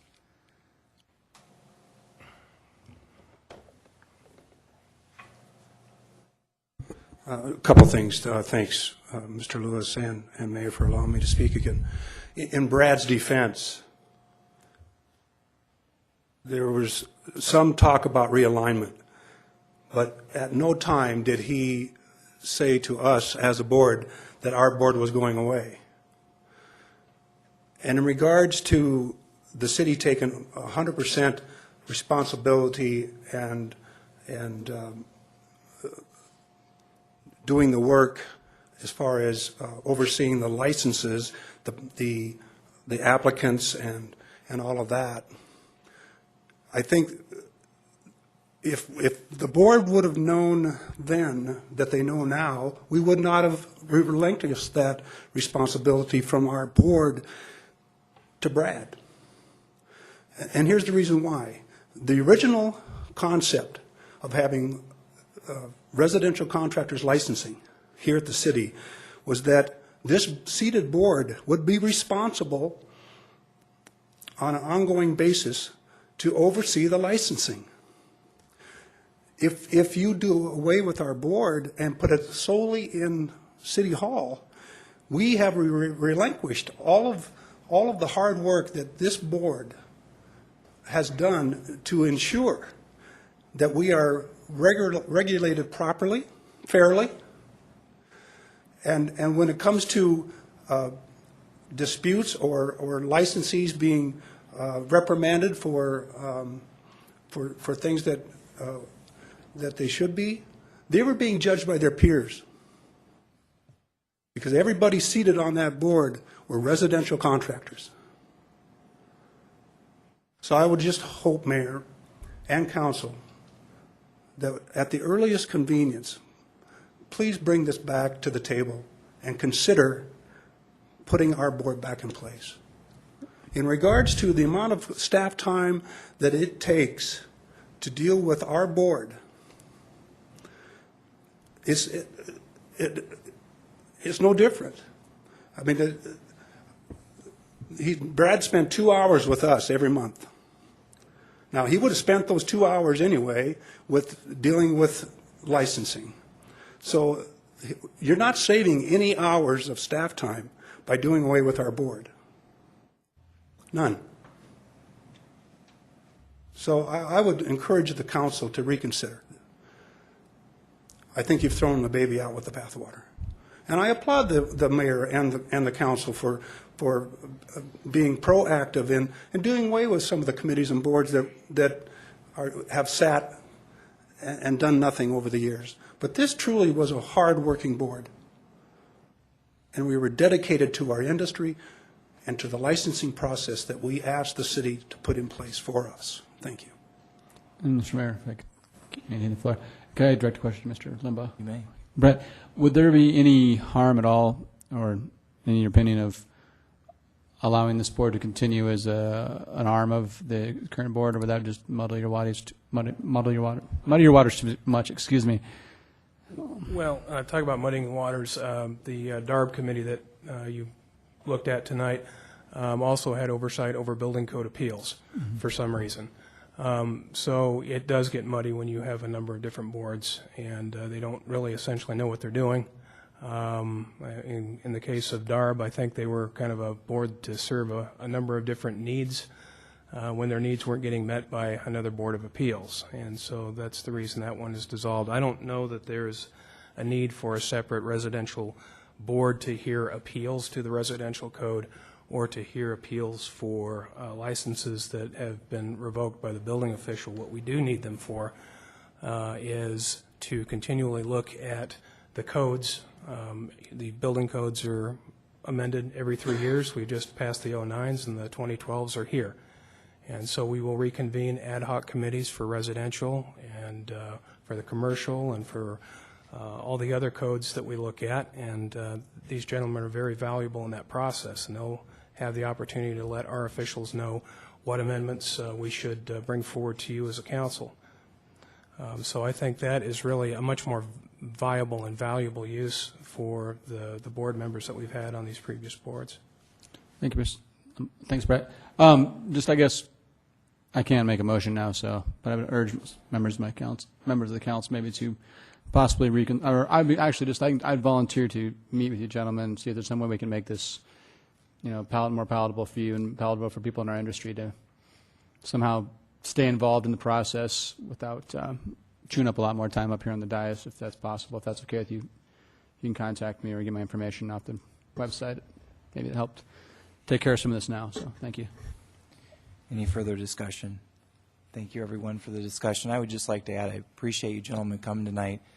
Communication, good communication is very important to me, and I'm very sorry that you weren't aware. I thought that you knew, and apparently you did not. I'm not going to doubt that there was, I'm sure there was some sort of miscommunication on this, but hopefully we can repair that.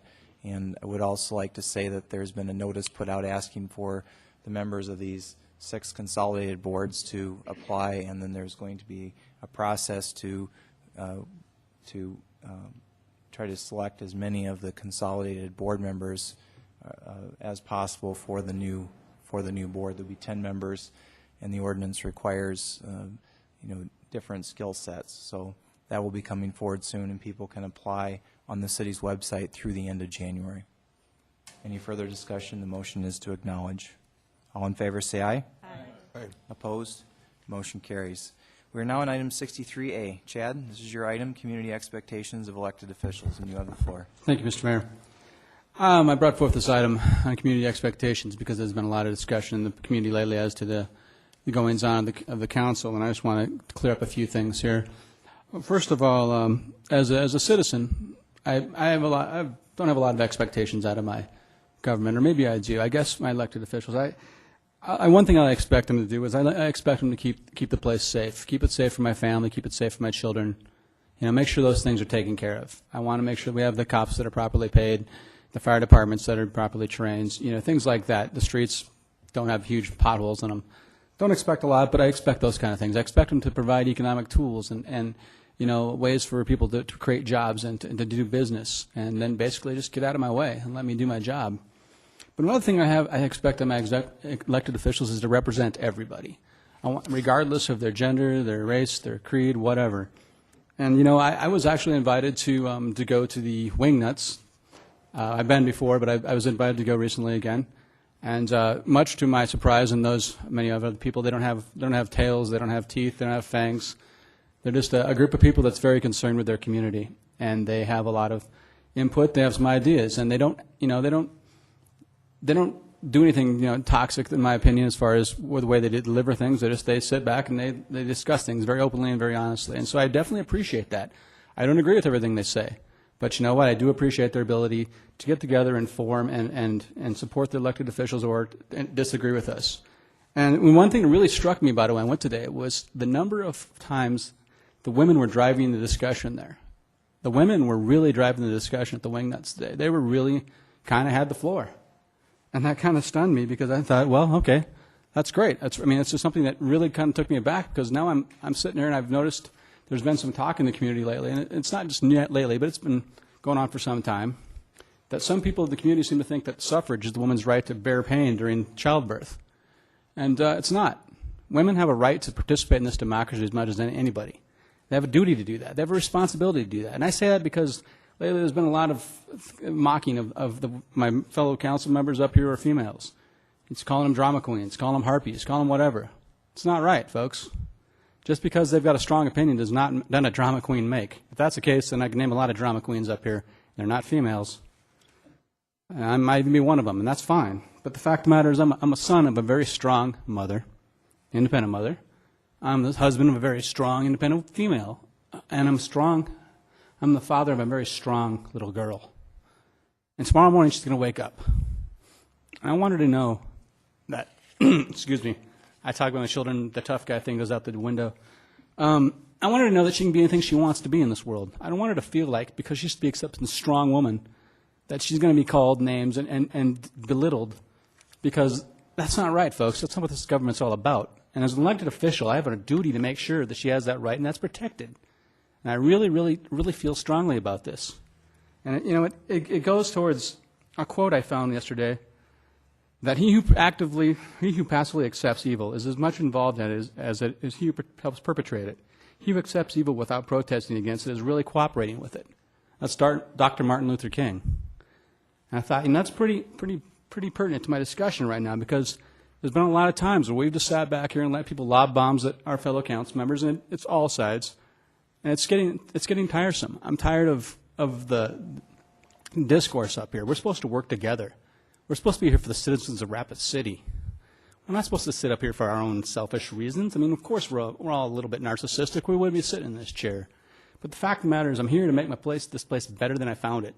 And I like to think everybody up here is doing the same.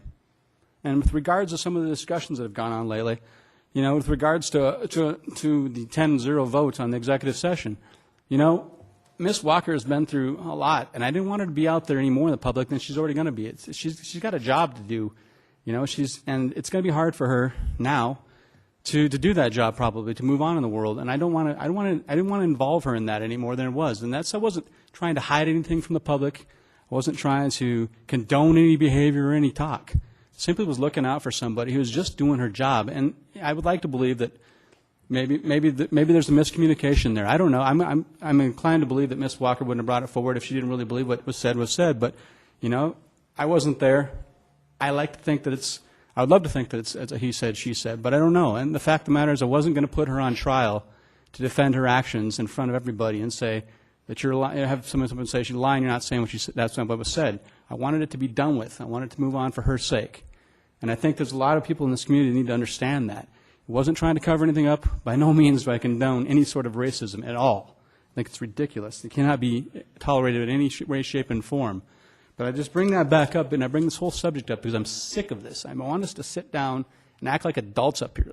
And I said it's a really sad day for Rapid City, South Dakota, when Chad Lewis is the adult in the room.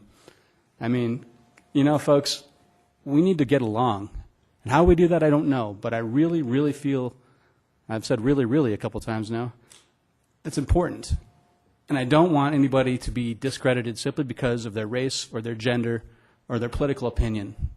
And that includes everybody. So please, for the sake of our city, let's just do our best, okay? That's all I got to say. Thank you, Chad. Well said. Jerry Wright. I guess I'm going to talk about the elephant in the room.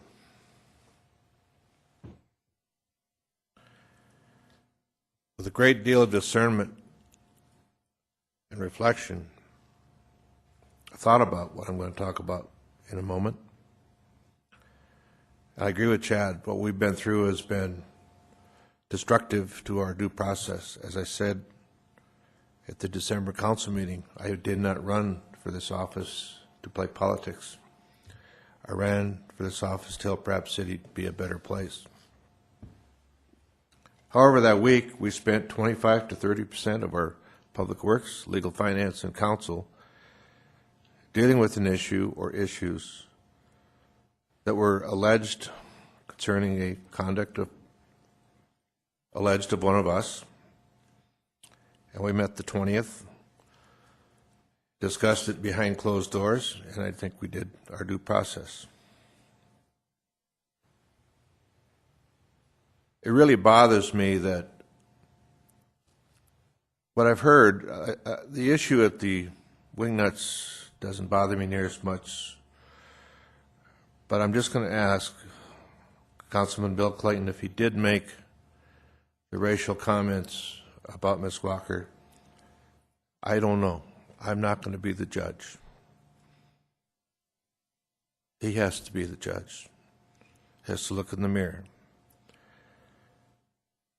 And if you did make those comments, I think they're disgraceful to the city and to this body. And if he did make them, I would ask that he resign. If he claims he didn't, let's move on. I can't make that decision, nor can anyone up here. It's his. So, Bill, the ball's in your court. Thank you.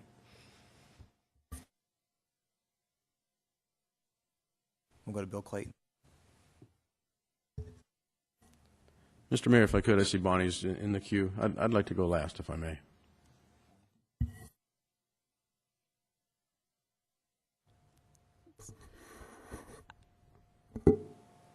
Thank you, Mayor.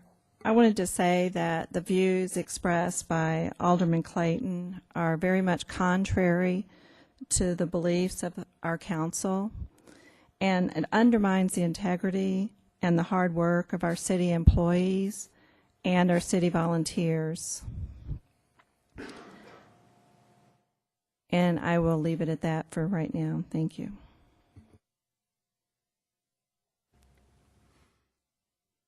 Thank you, Mr. Mayor.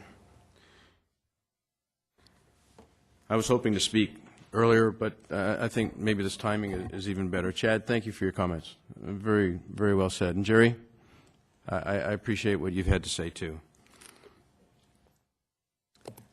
I don't have a prepared presentation here. I've got some notes that I've jotted down while my mind's been in multiple places as we've done our business tonight.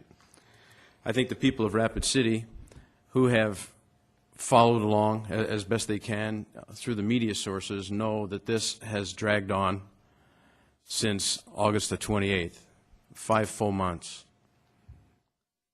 And it's not due to anything that anybody did in particular. There was nobody who tried to stop it, slow it. It's kind of the way it evolved. And probably first and foremost, what I need to do is offer some thanks and offer some apologies. I would like to thank the members of the Wingnuts who have stood by. They are many, as Chad saw today. It's a well-attended group, and the people there certainly know what happened on August 28th. I'm just going to leave it at that. There's been discussions all around the table. The chairman, Bill Napoli, headed that, and I would suggest if anybody's got any questions of what did or didn't happen, attend one of their meetings. They're every Tuesday at 11:30, and find out for yourself. I think that'll stand on its own. I'd like to thank Ron Sasso, John Roberts, and Steve Laurenti, who also stood by me. And I want to make very, very sure to everyone, and especially the people of Rapid City, that it would be easy to look at the media coverage and somehow get the idea that those three gentlemen somehow condone racial comments or racial bias, and that is not the case at all. Where they stood up for me was mainly about the first incident, and I don't want the two linked, and those gentlemen who tried to do the right thing somehow sullied through this process. And it's sad they're not here, but again, I would invite any of you to talk to them, and I know they'll agree. So it's easy to take a large article, and they have been large, in the newspaper, and look only to confirm in your mind what you think you're looking for, and not really dig into the details. And Aaron, I know you've done a bang-up job trying to cover all the details. There's been a lot of details to look at. I don't know that everybody has. I'll say this, that through this week, I've certainly had more communication via email, telephone calls. I've talked to some really wonderful people, most notably a gentleman in Pine Ridge who called me up, and I'm sorry, he did. He called and left a message. And I called him back, an 80-year-old gentleman, Korean War veteran.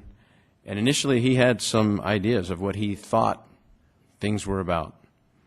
And at the end of that conversation, we thanked each other for our service to our country, and I guarantee there's no animosities there, nor were there ever towards people of color, any color.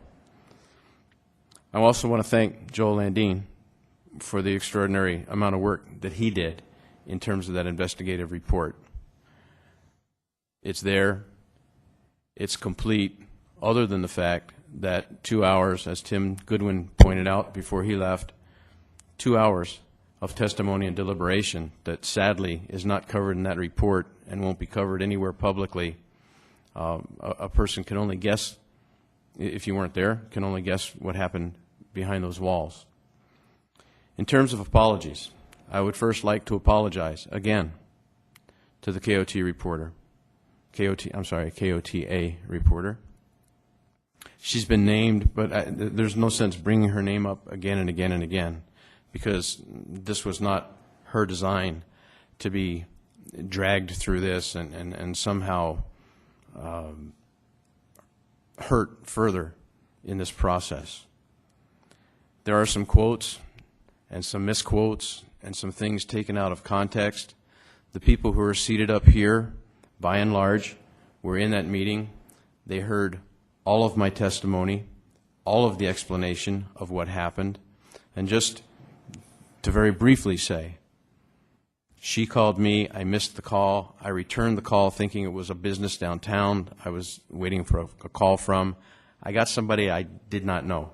I don't watch KOTA, and up until the point of this entire episode, did not know who she was. I certainly did not know her skin color. That would not justify any racial remarks.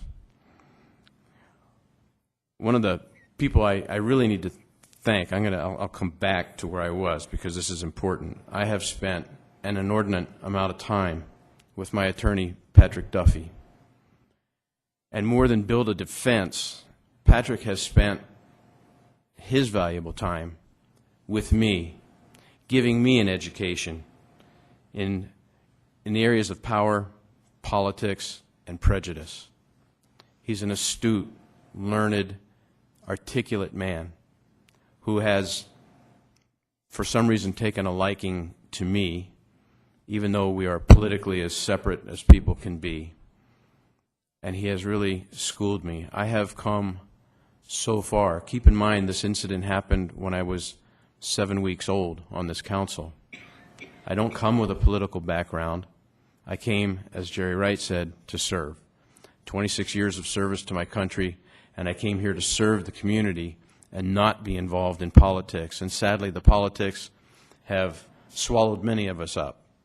And I hope, I really hope, that those politics can be done and we can learn to function as a team and get on with the business of the city. It's amazing what we've done through the mess we've been embroiled in, but I think we could do even more if we didn't have distractions. And I must say, I caused this distraction. It was a telephone call between me and one other person, no witnesses. There's only two people who have any idea what was said that day. And it was a lengthy phone call, at least 5 or 6 minutes. And there's a lot can be said in 5 or 6 minutes. Neither one of us, I'm sure, can go back and recapture word for word what was said.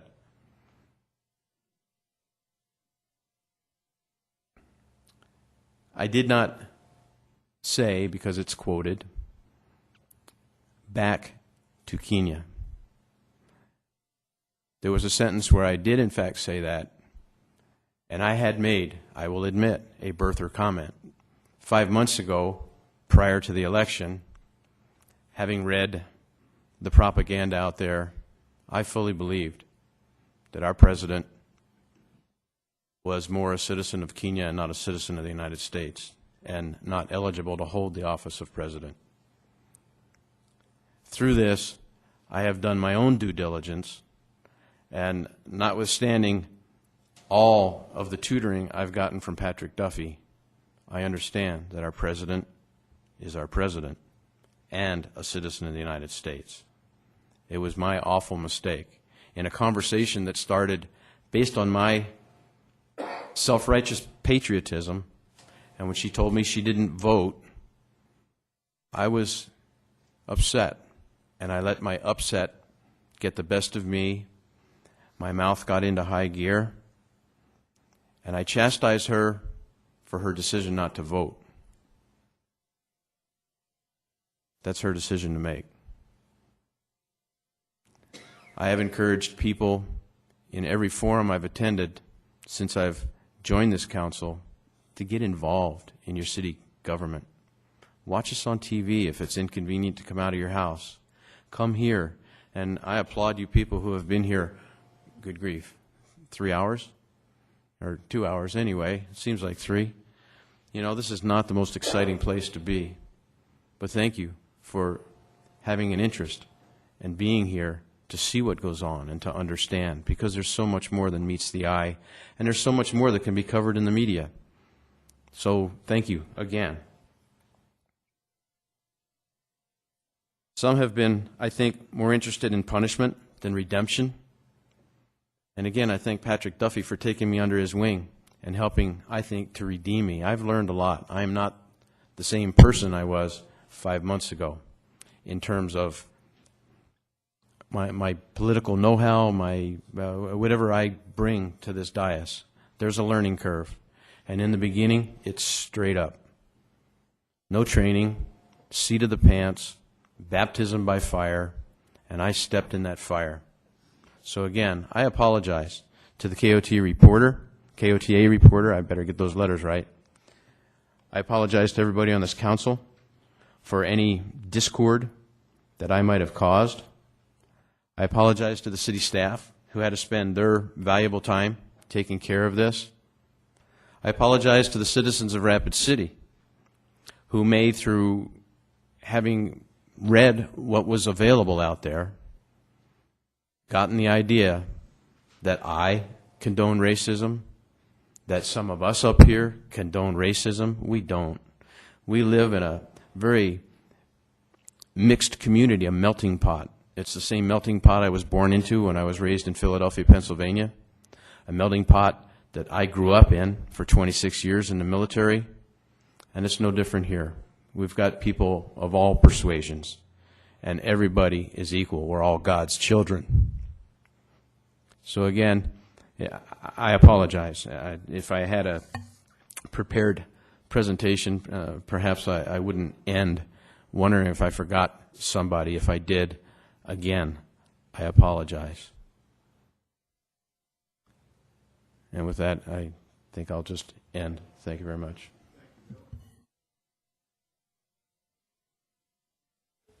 Thank you, Bill.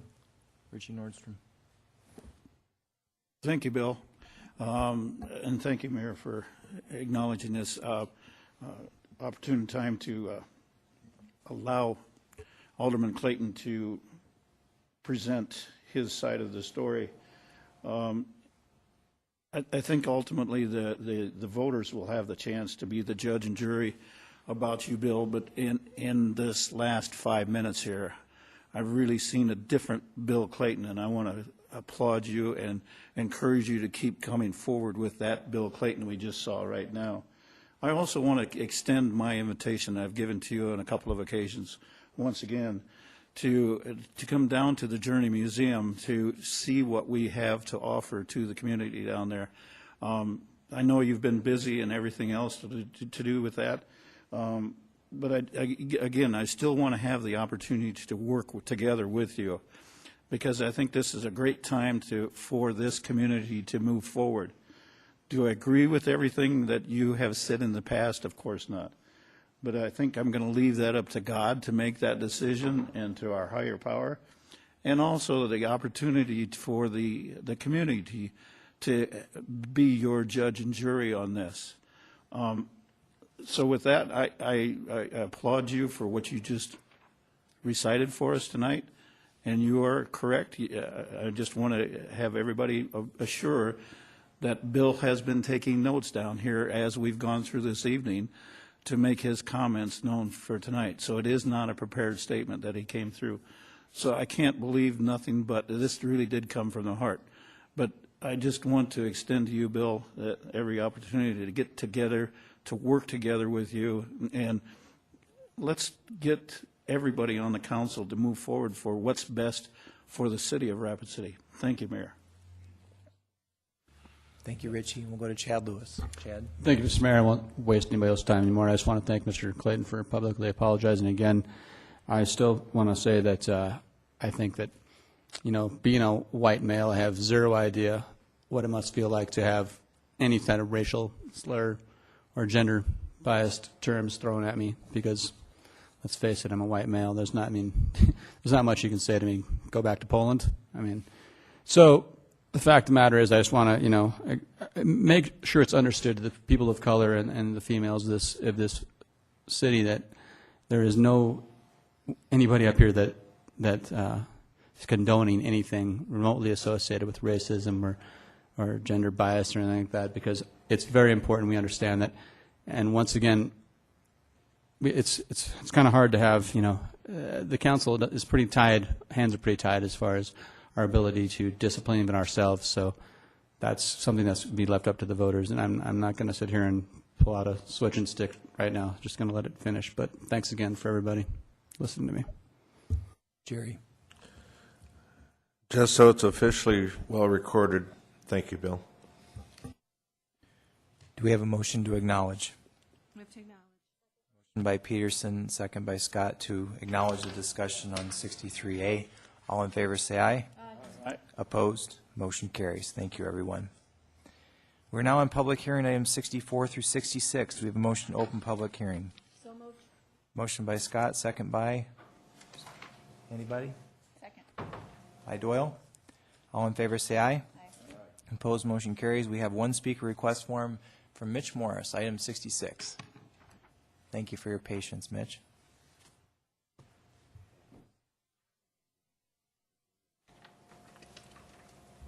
My name is Mitch Morris, and I want to thank the council and the mayor for hearing me. I'm here on behalf of Kathleen Morris. I'm an administrator to her affairs. Can you pull the microphone closer? This one? There you go. Okay. In the summer of 12 here, she'd received a notice, an ordinance violation of ordinance, that she needed a lot that she owns in Rapid City needed to be mowed. I went and inspected the lot. It had been previously mowed in the spring. In the dry year, there was some growth there yet, very spotty and sparse.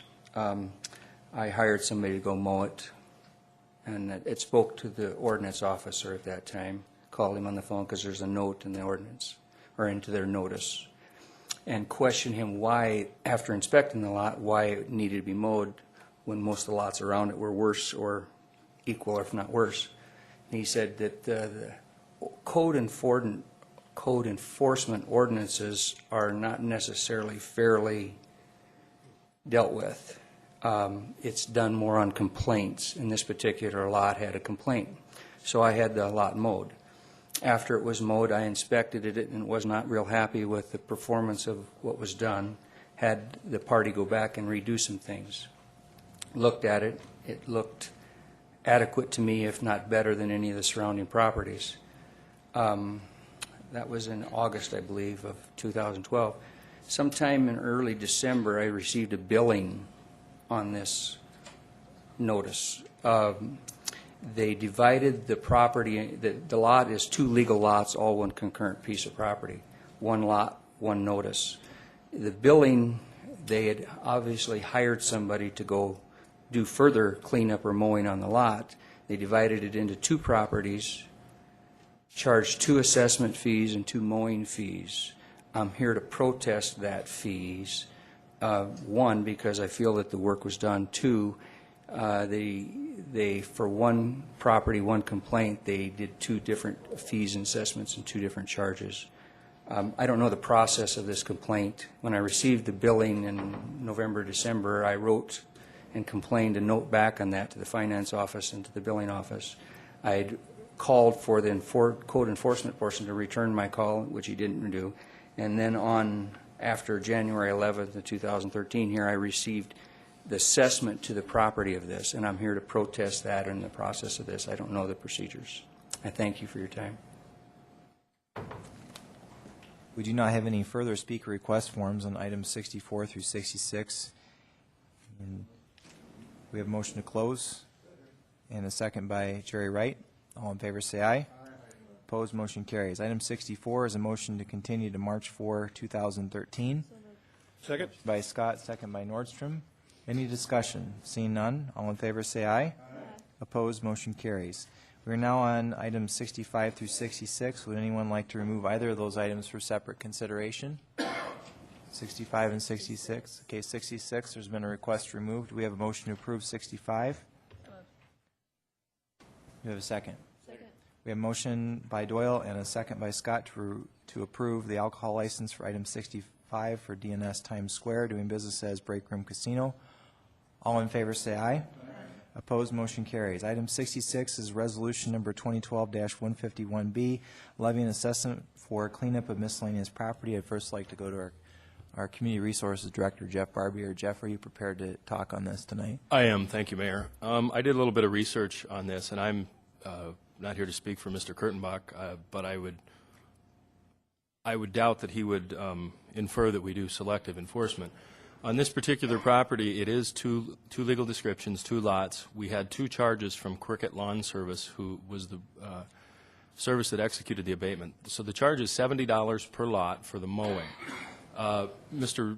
Morris had mowed part of the front of the lot, but Mr. Kurtenbach had spoke with Mr. Morris on multiple occasions. I've got the records. Let's see. I've got multiple records, multiple phone conversations. He had spent a lot of time on this lot. Finally, when it still was a major portion of the lot still wasn't mowed, he hired it mowed by Cricket Lawn Service. They charged us $70 per lot. Then there's a $42 admin fee that we add for our time. And then when the invoices are dated October 26th, they were due by November 2nd, and we're not paid by that date. That's when a $100 late fee is put on each invoice, and that's how you get to $212 per lot. So the actual mowing was $70 per lot, $42 admin fee, and then $100 late charge for not paying by the due date. We'll go to Richie Nordstrom. Richie? Yes, Mayor, thank you. Excuse me for chuckling here. That's not what I was chuckling about, is what was happening to Mr. Morris and his client. There was something that Jeff Barbier mentioned here about the employee, and I've gone on trips and ride-alongs with the staff, and this is out of character. This allegation is out of character for the employee, and if you would follow up on that, I would appreciate it, because I know that's not the way our employees talk to the citizens. So, but if you get a confirmation on that, and then let's see. I think I'll leave it there at that. I've got some other notes, but that's enough for now. Thank you. We currently do not have a motion. Bonnie? We have a motion by Lewis and a second by Peterson to approve, and you have the floor. Can I ask Jeff a question? Is this a repeat offender? Is this someone that comes before us frequently? It is. I do not have the complete record of how many times, but it is listed in the code enforcement notes as a lot that we've dealt with on multiple occasions. Okay, that's what I thought. Thank you. Okay, just to clarify, the motion on the floor is to approve the entire resolution, all the properties, including this one. That's just been discussed. Any further discussion? All in favor say aye. Aye. Opposed, motion carries. Item 67, bill list. Pauline. Thank you, Mayor. I do have one addition to the bill list for RCS Construction in the amount of $4,912.50. That would bring the new grand total to $6,177,721.20. We have a motion by Doyle and a second by Peterson to approve. Any discussion? Seeing none, all in favor say aye. Aye. Opposed, motion carries. And we have a motion to adjourn. We have a motion by everyone and a second by everyone to adjourn. All in favor say aye. Aye. Opposed, motion carries. We're adjourned. Thank you, everyone.